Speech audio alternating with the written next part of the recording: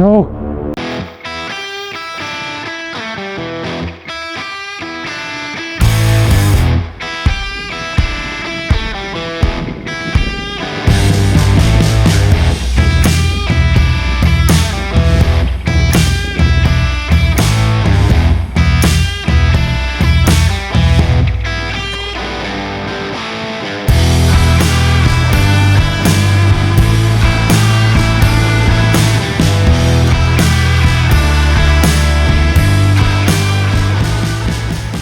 Welcome back to the 3 Miles MC, and we're today back in Iceland and we're answering the question, can your normal street motorcycle, sport bike, naked bike, whatever, I'm riding a kind of a mixture between the two, the Yamaha XJ600, can that survive off-road Iceland?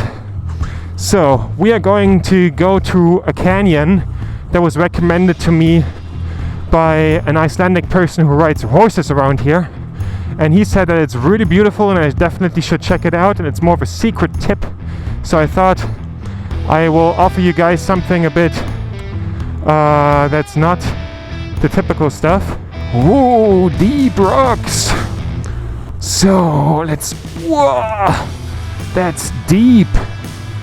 Like, I'm sinking so deep into those little pebble stones, but on those tires it's actually really fine! Whoa. Oh, there's a little bit of water and we're going through it. This is actually really cool. So let's go through here. Oh, you can see the horse tracks that the guy was talking about. But just look how gorgeous this is right here.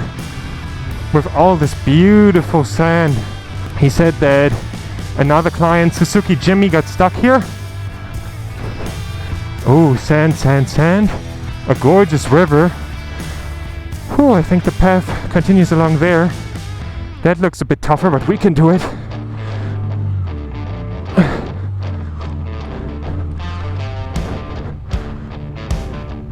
Oh, just beautiful.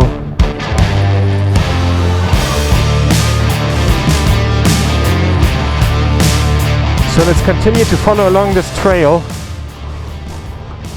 Oh, let's get up on this bike. Oh, let's rather go over here because I don't want to hit my exhaust somewhere.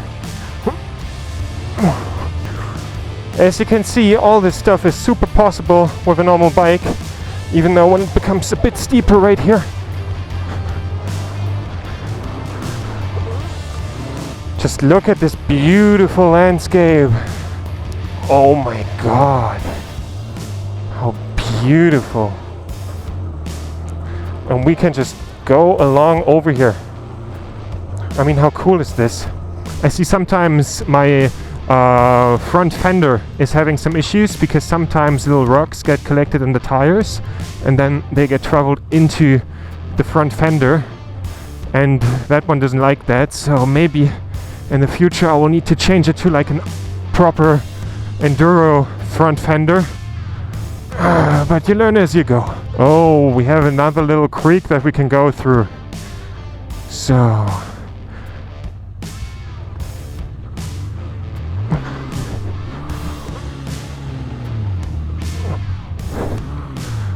oh, you can see all the white smoke coming from the exhaust that got hit with some cold water. Oh my god, this is actually now proper stuff. Oi, oi, oi. The thing with those rocks that you cannot see on the video probably is that you sink in them.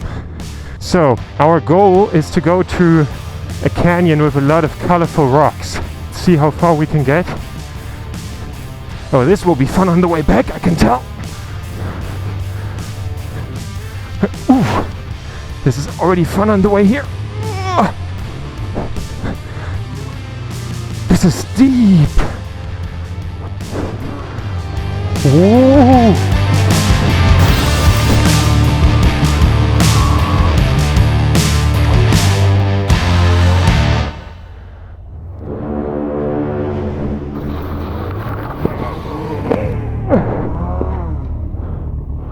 No.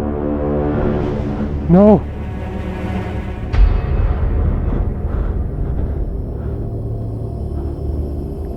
Please help me, God. If God helps me now.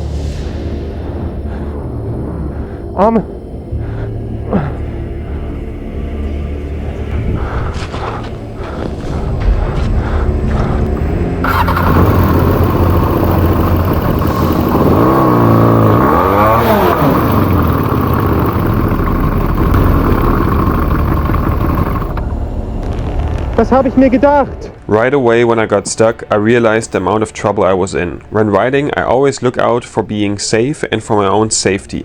But what I forgot in this moment is the risk of potentially ruining myself financially. If I don't get this bike out of here, it would cost me thousands of euros to get it out of here, because the pathway that I just went is too small for a big truck that they have here in Iceland, and maybe too wild for the normal 4x4s, and also normal roadside assistance wouldn't help me here, and it would cost me thousands of euros to get the bike out of here if I don't manage to do it myself.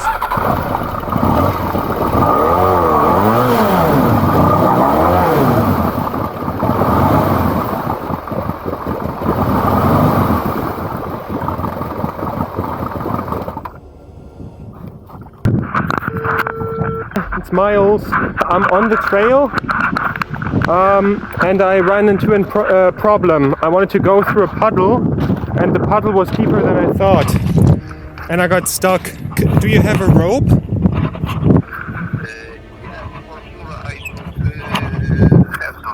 So we can maybe drag out the motorcycle, because I cannot do it on with my own strength. Thanks a lot. I thank you so much. Honestly, you're a savior, because I feel like I'm stuck in the shit. Okay, see you. So I'm now walking along the river to meet the man who I called to help me. I hope that he can help me and that we get out of this one without a big trouble. So guys, I have found him. I can now see him already in the distance over there. So let's hope this goes well. I'm scared that I will not get the bike out of there. Okay, for free. 1, 2, 3. 1, 2. No, it's not working.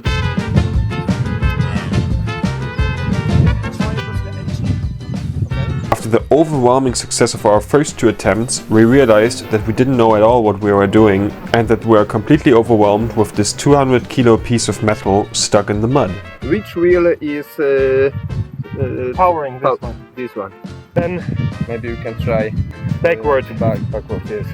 It's possible to lift just this part and to rotate from this side, or what do you think is possible? Yeah, that could work. 1, 2, 3. That was a try. 1, 2, 3.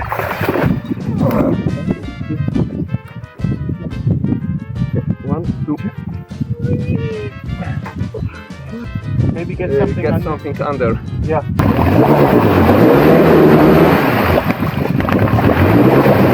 The rock is gone. Okay. 1, 2, 3.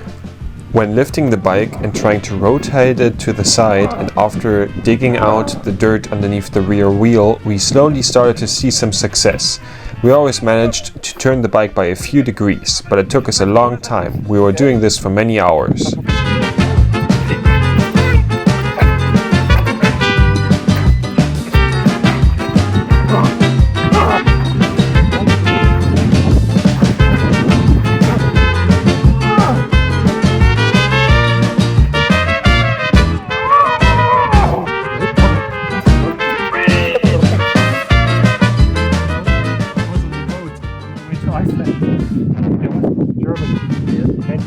About anything else except going to Iceland and putting hands together.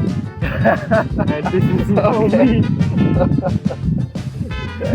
Like,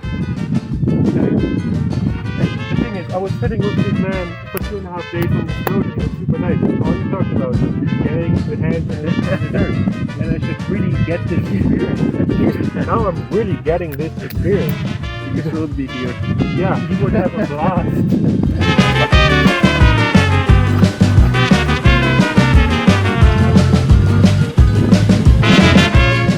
If we get it out of here, I owe you a beer. I didn't expect it so deep. Yeah, I did not expect that at all. You know, because this bike is usually up to my hip. Finally, after a lot of work, we managed to turn around the bike. Now we only had to get it out of the water and the mud. I have a bad feeling I don't... Me too. I turn it on now. Wait, one more moment. Trying the clutch. 1, 2,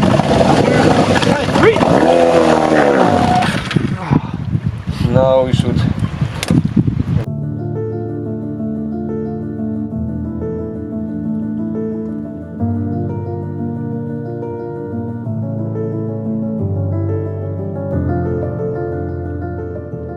So, I'm still neck deep in the shit.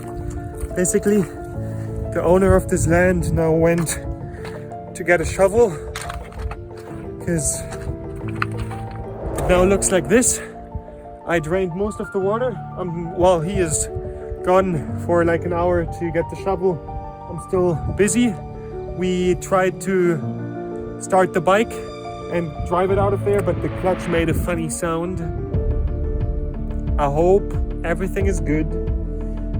Yeah, we will now continue and then we will soon start digging. At some point the water didn't become any less. We tried everything. We dug a hole right next to it that was even deeper, with no success. That was the moment that we realized that this little puddle was connected to a little river that was flowing into another puddle, and those were both connected underground. But after that we managed to get the water out finally.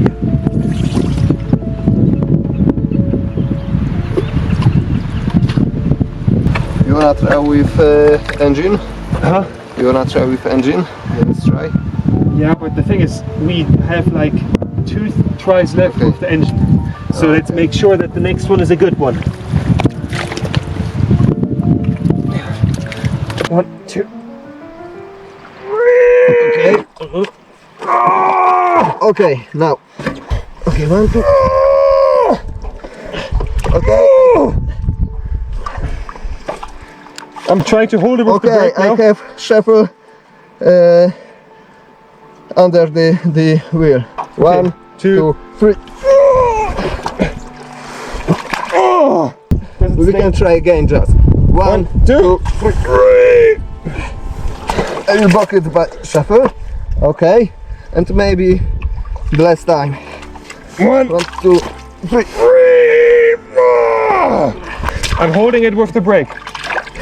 If you come over here and grab my right hand and press this lever. You got it? Whew, how do I get on now? My body is so tired from all this. Yes. Oh my god. Time. Before I start the bike, we need to fix this one. My friend, We are close. We are close to win. I hope that we didn't damage the clutch.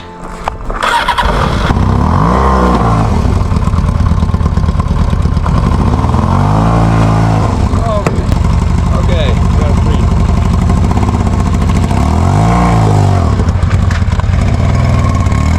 Oh my god, We are brave. we did it. I'm going to We drained a little clean a river. little myself in the river. Dug almost over half a ton of mud, but now it's done. Fuck's sake. Oh, now we have to clean up, get all the stuff.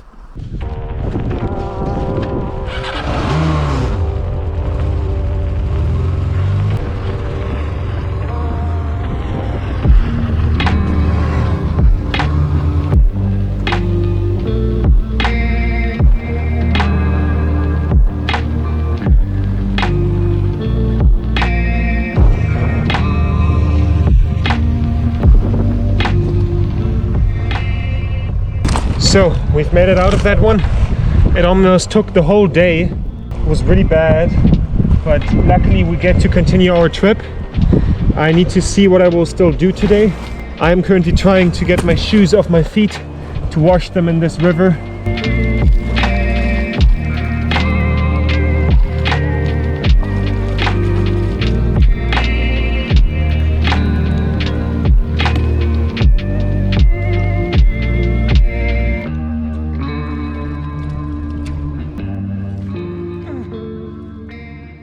For the question of the beginning of this video, Can you ride your stock motorcycle off-road and use it as an adventure bike with dirt tires on it, basically? The answer is somewhere in the middle. Because yes, you can do that, but it also can go horribly wrong, like today. But I'm not sure if having an adventure bike would save you from stuff like this. I think it's just a lesson in general that you should be careful and that stuff like this can go wrong. And if it goes wrong, it takes a lot of time to fix it, if you can fix it. Let's get back on the road so that we can still reach somewhere today in the evening.